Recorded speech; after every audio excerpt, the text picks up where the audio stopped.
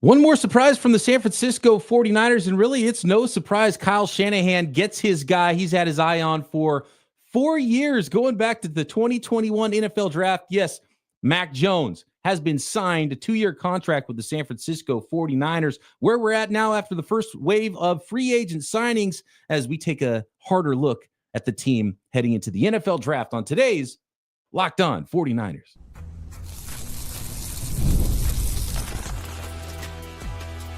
You are Locked On 49ers, your daily San Francisco 49ers podcast, part of the Locked On Podcast Network, your team every day. Welcome to Locked On 49ers. Brian Peacock and Eric Crocker at BD Peacock at Crocky209. Thanks, everybody, for making us your first listen on the Locked On Podcast Network, your team every day. We love and appreciate all the everydayers out there going live on this Thursday evening, actually kind of late afternoon, getting started a little earlier with our weekending podcast. It'll be in your audio feeds first thing Friday morning as well, but seeing some folks jump in on the live here to talk about Mac Jones, San Francisco 49ers, free agency, losing another big-time player, a guy that started every game for the San Francisco 49ers on his way out today. Probably not the name you expected to see. We're going to talk special teams, though, I think a little bit on today's podcast as now the draft starts to take center stage as you head into phase 2 and 3 of the free agent periods in the off season. Today's episode of Locked On 49ers is brought to you by FanDuel. And right now, new customers can get $200 in bonus bets when your first $5 bet wins. All you got to do is win a $5 bet. And that's right, $200 in bonus bets at FanDuel.com. Mac Jones, Croc. I titled this podcast. I titled this podcast "The Most Obvious Move Ever." And how could it be possible that Kyle Shanahan didn't bring in Mac Jones, the guy that we knew he loved?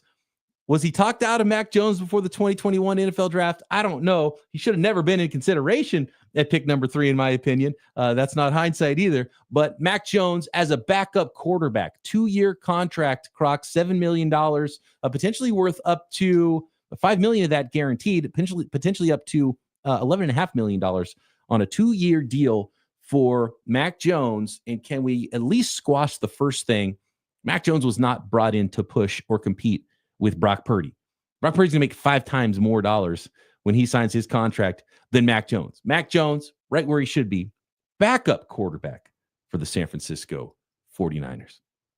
Well, the crazy thing right now, as it stands today, I think Mac Jones has more guaranteed money in his contract. Well, yeah, and Brock Purdy might be holding out for the time being. So if there were football games, I think it'd be more likely that Mac Jones would be on the field than Brock Purdy. And you hope this isn't a holdout where, and look, you can kind of, it's the most obvious move ever, right? That Mac Jones, as he becomes a free agent, signs with the San Francisco 49ers.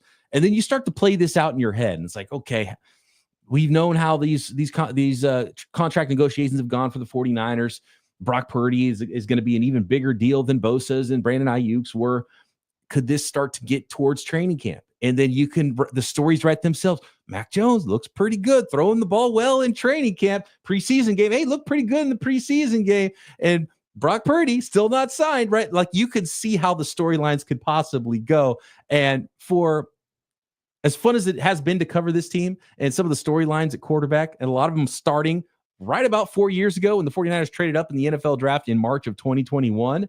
We're getting pretty close to the anniversary of that big trade. It's been nonstop, right? It's been really easy to be somebody who does a podcast about the San Francisco 49ers daily because of how much action there's been, not only in the regular season and a good football team, but in the off seasons as well.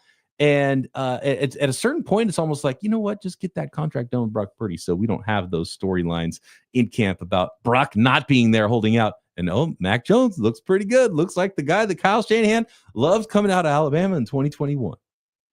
Well, I think that last part that you said is kind of reminiscent a little bit, similar situation to the Sam Darnold signing. Now, the difference was Sam Darnold, he was viewed as someone that, hey, he sucked here, he sucked there, he's a bust. We knew he had a lot of talent. Starts throwing the ball. You hear guys like, I think it was Barrows talking about, hey, the best thrower of football I've seen since Steve Young, and kind of saying some of those things as far as, 49ers quarterback go. But there was never a competition. Brock Purdy was coming off of a terrific season, so there was never going to be that noise. And I've seen that now, right? Like, Sam Darnold was properly placed as the backup to Brock Purdy. It's like, yeah, there was never a competition between Sam Darnold and Purdy. The only competition was between Trey Lance and Sam Darnold, which Sam Darnold beat him out. This is a little different because everyone believes, like, oh no, Brock, he's the guy, right? But he's coming off of a season where I think he played well, obviously not well enough to get more than 6 wins to carry some of the issues that the 49ers were having on both sides of the ball.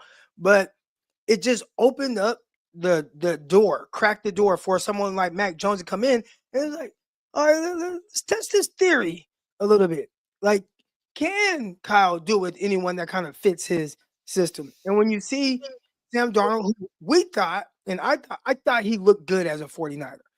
When they took the starters out against the Rams, did it get weird? Yeah, I think it got weird a lot for the 49ers last year when you took some of the star players out. But he went to Minnesota, played very well, 14 wins. And now you look at Mac, and he's kind of going into that Kyle Shanahan rehabilitation center for quarterbacks. I could see a scenario, and I'm not saying that there's going to be a competition. Kyle will tell you there's no competition. Everybody will. But when you start to hear the reports, and depending on, what Brock gets paid, there's still going to be those comparisons. What does the $50 million a year quarterback look like in comparison to Mac Jones, the guy who's kind of now this journeyman backup? Or if Brock isn't paid yet and he's trying to write it out, there's still going to be people not saying that Brock shouldn't be the starter, but they'll be comparing the two. And I'll be curious to see what that looks like. I don't expect Mac Jones to get any reps with the ones, but I think it can get a little weird because I expect Mac Jones to look decent under the 49ers offense. Like, I think whatever the best version of him looks like, and it could be someone who's still going to be a lifelong backup, but whatever the best version of Mac Jones looks like, I think we'll see it with the 49ers. Yeah, you shouldn't be shocked if Mac Jones is the best version of himself in Kyle Shanahan's offense. And interesting, this is a 2-year contract too, so it's not going to be likely a one and done. It could be $5 million in guarantees. So you're looking at it could be a 1-year $5 million contract, and he ends up getting cut or whatever next offseason. Maybe he gets rehabilitated to the point where the 49ers are able to trade him for some assets in the next offseason or something like that as well. So I like that it's a 2-year contract because it gives you some flexibility instead of like the Darnold deal where it was just a 1 year and then now he's gone and now you're looking for another backup quarterback again. You have Mac Jones for 2 years if it works out for him to be a good backup quarterback for you. And it probably helps Mac Jones. You talked about the Shanahan Rehab Center, right? It helps Mac Jones as much as anybody. If you're that quarterback that could be a good Kyle Shanahan style quarterback and a good fit with him, you can really help rehabilitate your image and potentially get back out on the market and get an opportunity to have another chance to start. And Mac Jones wasn't going to get an opportunity to start anywhere. So where would you want to be a backup more than for Kyle Shanahan, San Francisco 49ers, if you're a quarterback that might fit what Kyle Shanahan likes to do? And I think there is some reasons why Kyle Shanahan liked him in the 2021 NFL draft. And you're exactly right. Like if Mac Jones starts to look like another former Patriot quarterback in Jimmy Garoppolo as a San Francisco 49ers, people shouldn't be shocked by that, right, Croc? So it's a really interesting move. It's a move that is not shocking at all. It's a move that I've been talking about for a long time. As soon as he becomes a free agent, he's the perfect backup quarterback for Kyle Shanahan and the San Francisco 49ers. He hasn't been a great player, but he's been good enough to be a backup quarterback for the Niners for sure. And maybe there's a little something more. And let's be honest about Mac Jones. He went to a situation that was not great. He was kind of a Pro Bowl alternate guy. He wasn't really a Pro Bowler in his rookie year, but he was ended up being at the Pro Bowl because a bunch of people dropped out. But in year 2, you remember the Patriots did that weird move, and it was defensive guy Matt Patricia was all of a sudden his offensive coordinator. It was like he really did kind of not have a great shot there. And then he goes to as a backup of Trevor Lawrence, and he played quite a bit with Lawrence's injury last year with the Jaguars and was okay. He wasn't awful, but he wasn't amazing either. And I think what we're looking at is a guy who's going to be a backup quarterback. And who knows, maybe he's just a long-term backup quarterback. But if he shows a little more with the 49ers and Kyle Shanahan's offense and is the best version of himself there, I don't think anybody should be shocked at all. Croc, would you be shocked to know that the San Francisco 49ers actually tried to trade for him before he was even a free agent? We got a report from Tom Pelissero about that. I want to talk more about, I want to go down memory lane a little bit from 2021, just because it's like we're opening up some old wounds from 49ers fans. And I was having fun on Twitter last night, and there were some people that weren't really interested in having fun about the 49ers and a future with Mac Jones. And a lot of people ended up hating Mac Jones, Croc, which is kind of unfair to him, just because he was thrust into a weird situation as a guy who should not have been considered at pick 3 for the 49ers, right? I want to get to that next because I know you got some thoughts on that one. Talk about where the 49ers are now. 49ers lose another player. Has been announced now that Tabor Pepper, long snapper, gone. Niners need one more starting player. That special team position, all too important. The 49ers have another hole to fill as we head toward the NFL draft next. Today's episode of Locked On 49ers is brought to you by FanDuel, America's #1 sports book. March Madness is here. I can't believe it's March already, and FanDuel is giving you the chance to get in on the action like never before. Right now, new customers can get $200 in bonus bets when your first $5 bet wins. That's $200 extra bucks to use on everything from buzzer beaters to Cinderella stories and even who's cutting down the nets. Have you got your eye on a few underdogs this year in the tourney?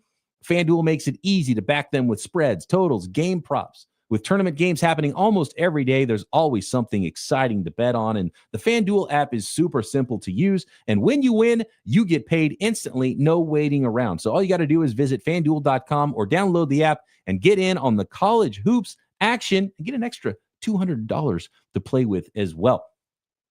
All tournament long at FanDuel.com.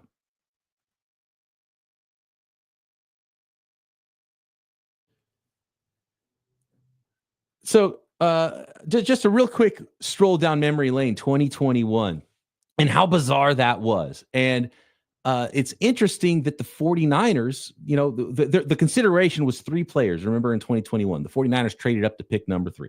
And my evaluation on Mac Jones was he was kind of a second round guy.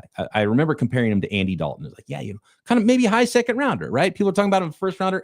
Maybe a high second rounder. I could see that for Mac Jones. He's not a player that you would draft, you know, in the first round, and certainly not high in the first round. The 49ers traded up on, I think it was March 26th, 2021. And there's 49ers eyeing Mac Jones at pick number 3. And I was like, what are you talking? We weren't even talking about him at pick 12. Why are we talking about Mac Jones at pick number 3? But if you're trading up to pick 3, it's got to be for a quarterback. And then on it went. We're fighting about, it's like Justin Fields. And you and I think both agreed it was, Justin Fields was the top guy for that pick. And then it was Trey Lance. Then it was Mac Jones, which was the wrong order. The 49ers had it Trey Lance, Mac Jones, Justin Fields, which was the exact wrong order. In fact, the 49ers had 3 shots and we're wrong all the way around. Right now, the most valuable quarterback is Justin Fields, who got a starting job in free agency and 2 years, $20 million. He's not a superstar quarterback. He got a starting gig, though, with the New York Jets. Mac Jones, backup gig with the 49ers. Trey Lance, he's going to be in whatever the spring football league, XFL, AFL, whatever that thing is called now. That's where I expect to see Trey Lance next. And the dude needs to play somewhere. And that's probably going to be his next shot to play because it wasn't with the Dallas Cowboys as the number 3 quarterback. So fascinating how that all went as the top 5 quarterbacks in the NFL draft all went in the top 15. And it turns out maybe none of them were worth a first round pick. And even Trevor Lawrence at this point is kind of barely playing like a first round quarterback, even though he's gotten the big payday so far in his career. And by the way, the other quarterback in that who went number 2 overall to the New York Jets, he just signed a 1-year, $6 million deal as a backup quarterback for Mike McDaniel's Miami Dolphins. So that's where he is now. So there we go. 2021 quarterbacks look back. A lot of bad, Croc, from that group. Well, I was going to say, no matter which way you leaned, you were probably going to be wrong. Like the 49ers could have been like, all right, let's close our eyes. We're going to draft this guy. And there's a chance it wouldn't have worked out. Now, I'd say if you had taken Mac Jones, which we agree he should have never been discussed at pick 3, but if that were the guy that you would have taken, at least we know there probably would have been a certain floor. The floor would have been higher as opposed to, you know, Trey Lance, where it was more boom and bust, or Justin Fields, where a little bit more erratic, but still obviously viewed as someone that has a lot of ability, and maybe you could have built an offense around him. But I don't think the 49ers would have been totally wrong either way it went. And maybe even with Trey Lance, I think there are a lot of people that feel like there's a lot of Trey Lance fans. I see that on social media. I don't think there's Trey Lance fans I think it was more so people that wanted to see what Trey Lance would look like. Right? Like, oh, okay, like that's the guy. Let's get behind him. He's talented. And then you just never really got to see him. You saw him for 4 games. If he had been healthy and you would have seen a bigger sample size with something built around him, could he have been a little bit better? Maybe. But to the point where you would be offering him a second contract, I don't know if you would have gotten to that point. Right? But I think with some of the other guys, get Mac Jones, I think there would at the very least been a floor. And he did fit.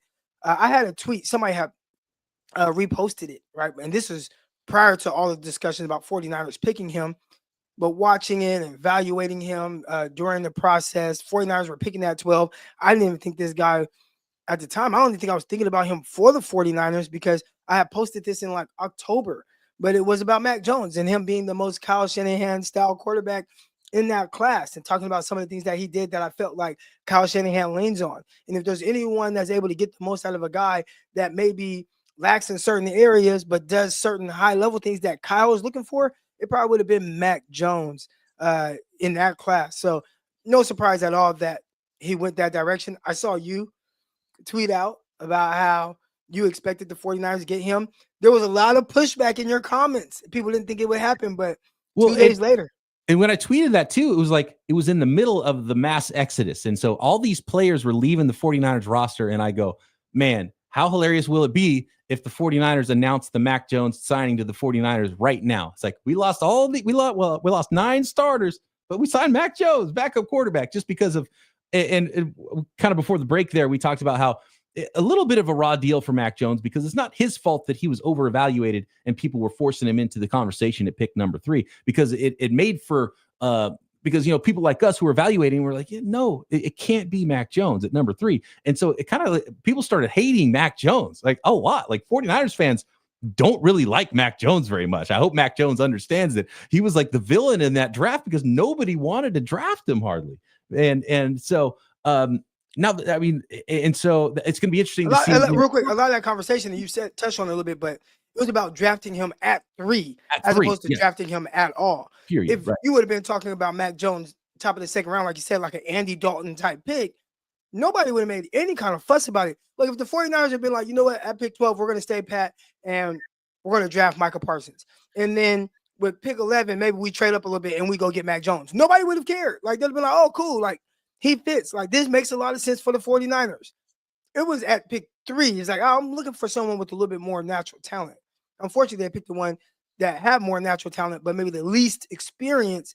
And come to find out, maybe if he would have played more, we've seen like, maybe there's a reason why he came out early.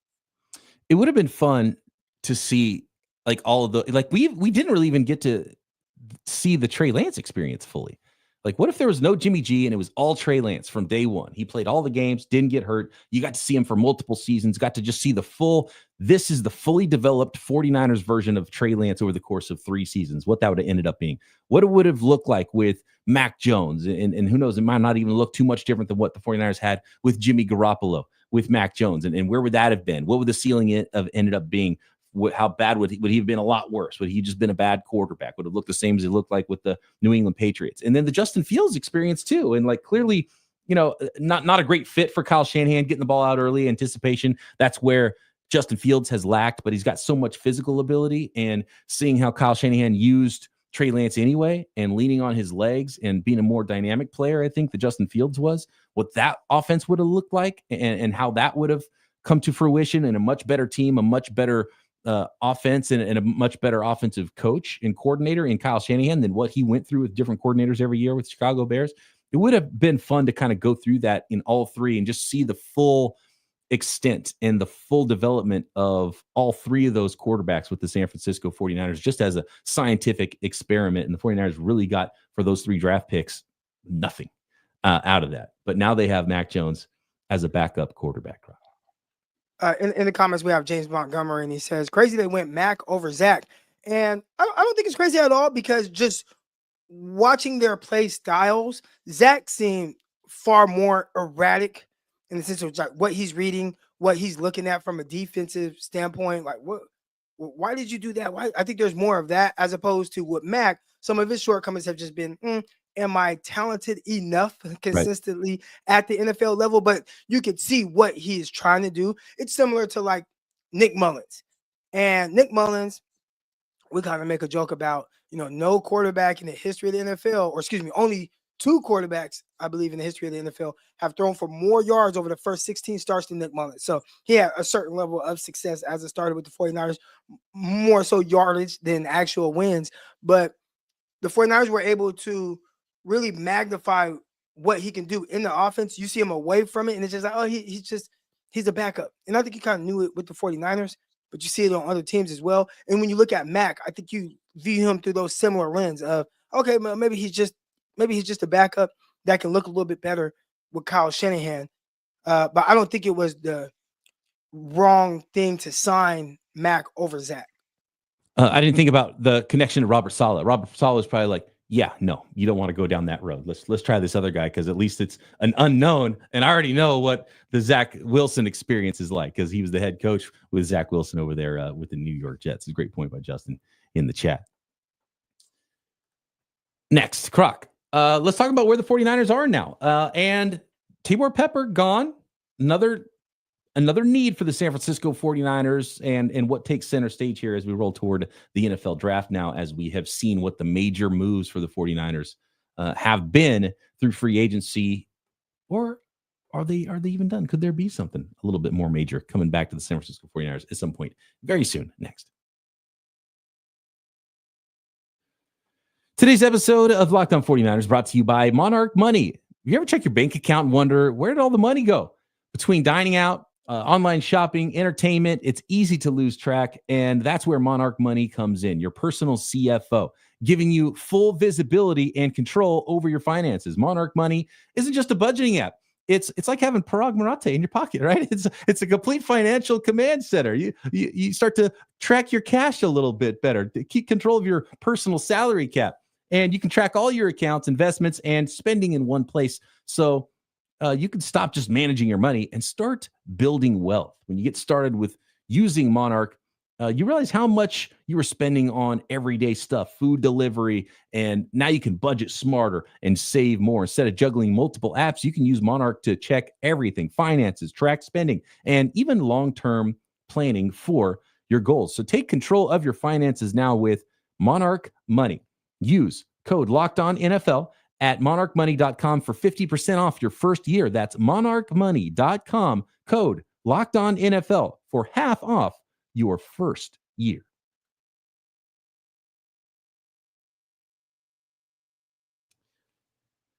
So has been announced that Tabor Pepper is no longer a member of the San Francisco 49ers. So that sideline dust up between Deebo Samuel and Tabor Pepper, they're both gone, Croc. And Tabor had a message to the 49er faithful. He said on Twitter today, just about an hour ago, "Thank you, faithful. Wanted to end my career with the 49ers, but I've still got some years left in the tank. Love all the amazing players I've gotten to share the field with during my time, and I'll deeply miss all of the amazing support staff that continue to keep the org moving." So that is the message from Tabor Pepper, long snapper, man of the people, friend of this podcast, Croc. And he is now no longer a San Francisco 49er. And so the Niners are going to be looking for another long snapper to go with some, 2-3 defensive linemen, new linebacker, probably a corner, maybe safety. The 49ers have a lot of work to do as we get closer to the NFL draft. In the chat, RDC says Moody could be gone by the end of training camp too. And I do believe that. But do you think that there's any correlation to Tabor Pepper getting released and some of the struggles that the 49ers kicker had in the second half of the season? I know there were some injuries, some things he was dealing with, but it was very inconsistent second half. Tabor Pepper, any issues with his snaps that you noticed? I don't know. I don't think so. I'm not it's hard for me to evaluate that. I don't know if maybe they just didn't like that he was willing to take on a member of the offense. And I kind of like that from Tabor Pepper, to be honest with you. I didn't really have a problem with Deebo or Tabor Pepper in that situation, but yeah, I don't know. The snaps seemed good to me. The spin weird, was it not? Remember we were talking to him about velocity and how he's training for his snaps, and like I don't know. It's something, to be honest with you, abolish. This isn't, sorry, Tabor, if you're listening to the program and Moody, and abolish the whole thing, man. You got to employ a guy to snap the ball with a spiral backwards. Like, just get rid of it all. Get rid of the kicker. You either score 6 points or you don't, man. I don't know. I don't want to spend any brain power thinking about Jake Moody and long snappers anymore, man. Vieta in the chat says, friend of the pod. Yeah, man, he was on this pod 2 years ago, maybe now. Time's flying by, but it was a while back, and it was a really cool conversation, and you guys should go check it out if you've never seen that episode. And he talked about all the times he had been cut. He had been cut like 16 times before he finally caught on with an NFL team. And it was a really cool story hearing him talk about that and everything he had gone through to finally get footing and have himself an NFL career.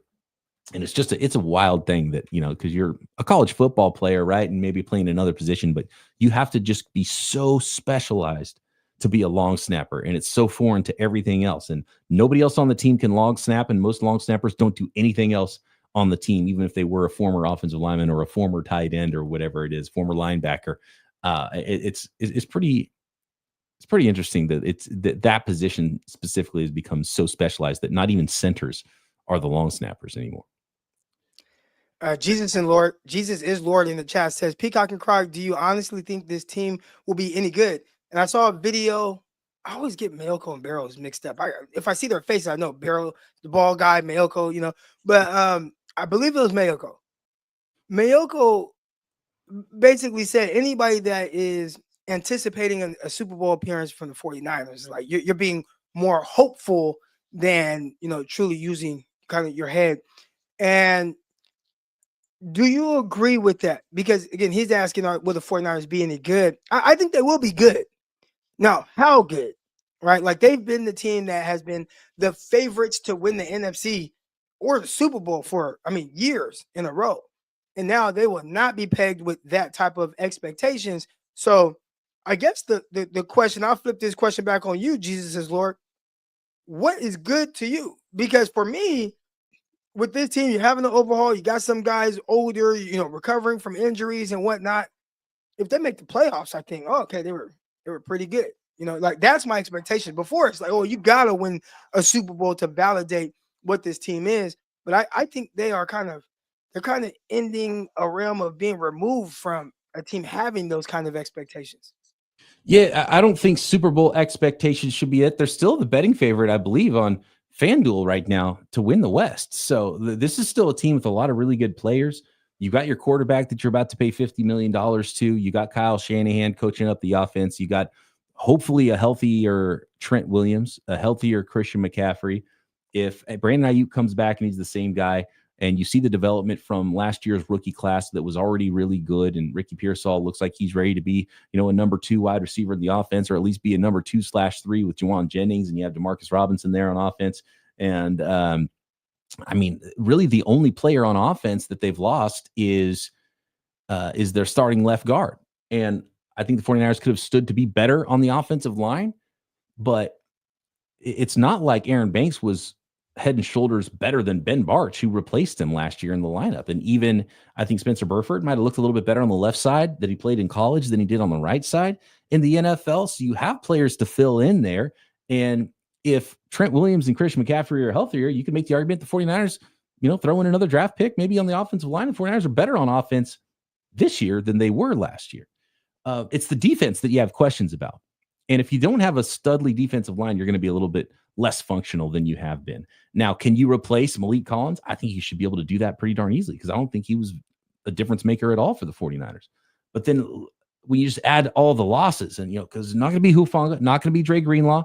You don't really have anybody to replace Dre Greenlaw yet. Maybe it's D Winters. Maybe it's another draft pick. So that's kind of a big question mark for me right there, because we haven't quite seen it with D Winters. We have seen it with Renardo Green. So he's going to replace Charvarius Ward. I'm fine with that on defense. I'm fine with Malik Mustafa. He looked really good in place of Talanoa Hufanga at safety. So you're good there. So when you really just look at, okay, where are the 49ers for sure 100% worse than they were last year? They got a better defense coordinator. They're making some changes on special teams, which should be better. They've added some special teams players in free agency. The place where they're worse than they were last year, which they already weren't that great anyway, was the defensive line, right? That's pretty much it. Second linebacker, what are they doing at free safety? And then depth pieces around.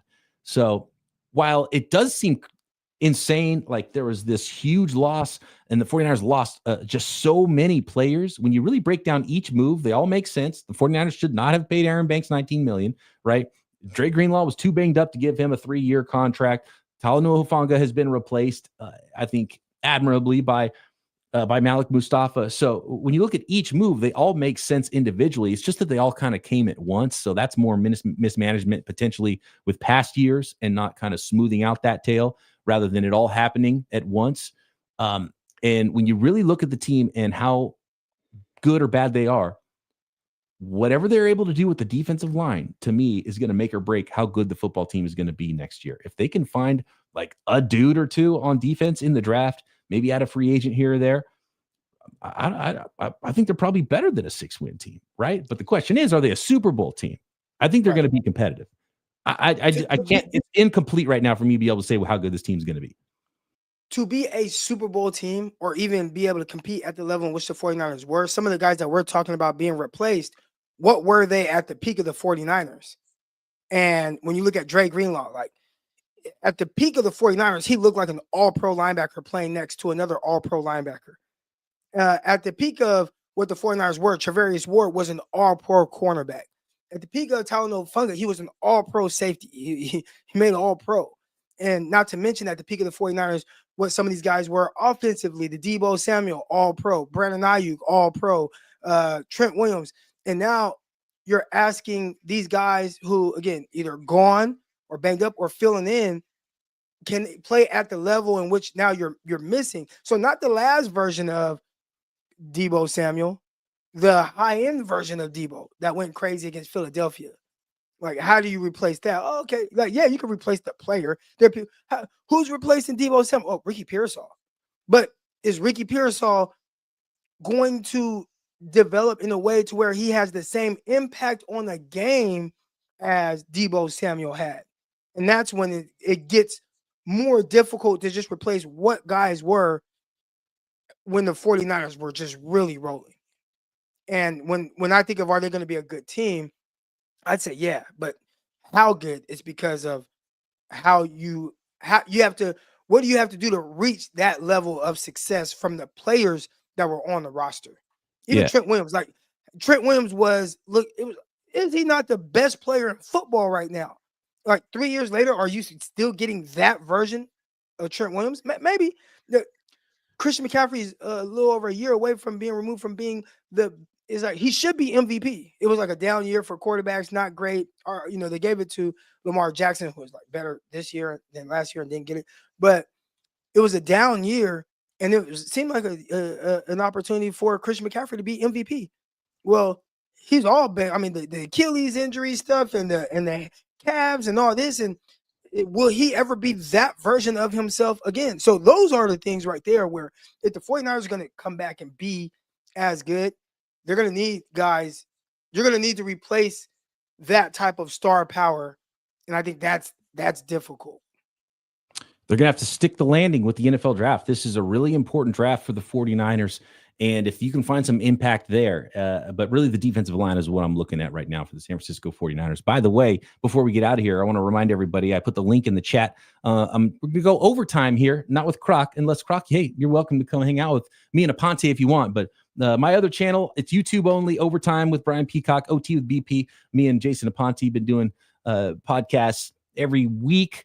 And been having some other folks on. Did one with John Chapman. Did a couple mock drafts last week. I'll be probably doing one with John Chapman, Home and Homes, with his channel as well. Every week, some draft roundtables. And Croc, we haven't talked about it much yet, but maybe do another live, me and you, during the NFL draft like we did last year on the channel too, which is a lot of fun. So go subscribe up to OT with BP. And I'm about to go live here at 5 o'clock Pacific. So in about 15, 20 minutes, I'll be jumping on live with Aponte to talk about the 49ers and the NFL draft and get a little bit more into what's going on in the offseason and look ahead to the draft and maybe get a little bit more specific about some players there.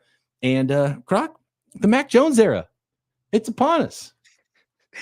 I can't wait for that discourse throughout the offseason. Oh, man, it's going to be fun. By the way, just in Mac Jones, I was watching some Mac Jones, just kind of see what he looked like. And it's so funny. It's like, man, I can't get over it. It's like you look at him, you're like, that is not the number 3 pick in the NFL draft, man. He looks like a guy, like he has got advanced dad bod already. I play slow pitch softball on Monday nights. Mac Jones, as I don't know how old he is, 26 years old. Mac Jones could walk onto the field, and he would look exactly like me and my buddies that are in their late 30s and early 40s playing softball, and he would fit right in. Like he looks like an advanced dad bod already in his mid 20s. It's really funny. He's kind of got this like weird long arm, long leg, gangly thing going on. Bad body. He's got a decent arm though. And I think he is a good fit for the San Francisco 49ers. Solid backup. He's not competing with Brock Purdy, who's going to make 5 times what he makes pretty soon here. But it could start to get interesting, and the headlines write themselves, Croc. Just saying, if Brock's holding out and the 49ers don't get this deal done, it's going to happen. You said 5 times more. It's more like 10 times more. And when you watch those guys play, is it going to look 10 times better? You're exactly. Yeah, it is 10 times more. You're right. Thanks, everybody, for making us your first listen. Make sure you subscribe on YouTube and everywhere you get your podcasts. We're going to do a little off-season Q&A as we do. I think probably Sunday Night Live on YouTube. It'll be in your podcast feeds first thing Monday morning as well. So come hang out with us there. Get the questions in. If you're not going to hang out with us live Sunday night, drop a comment on YouTube or hit us up at BD Peacock at Crocky209. Back next time right here, Locked On 49ers.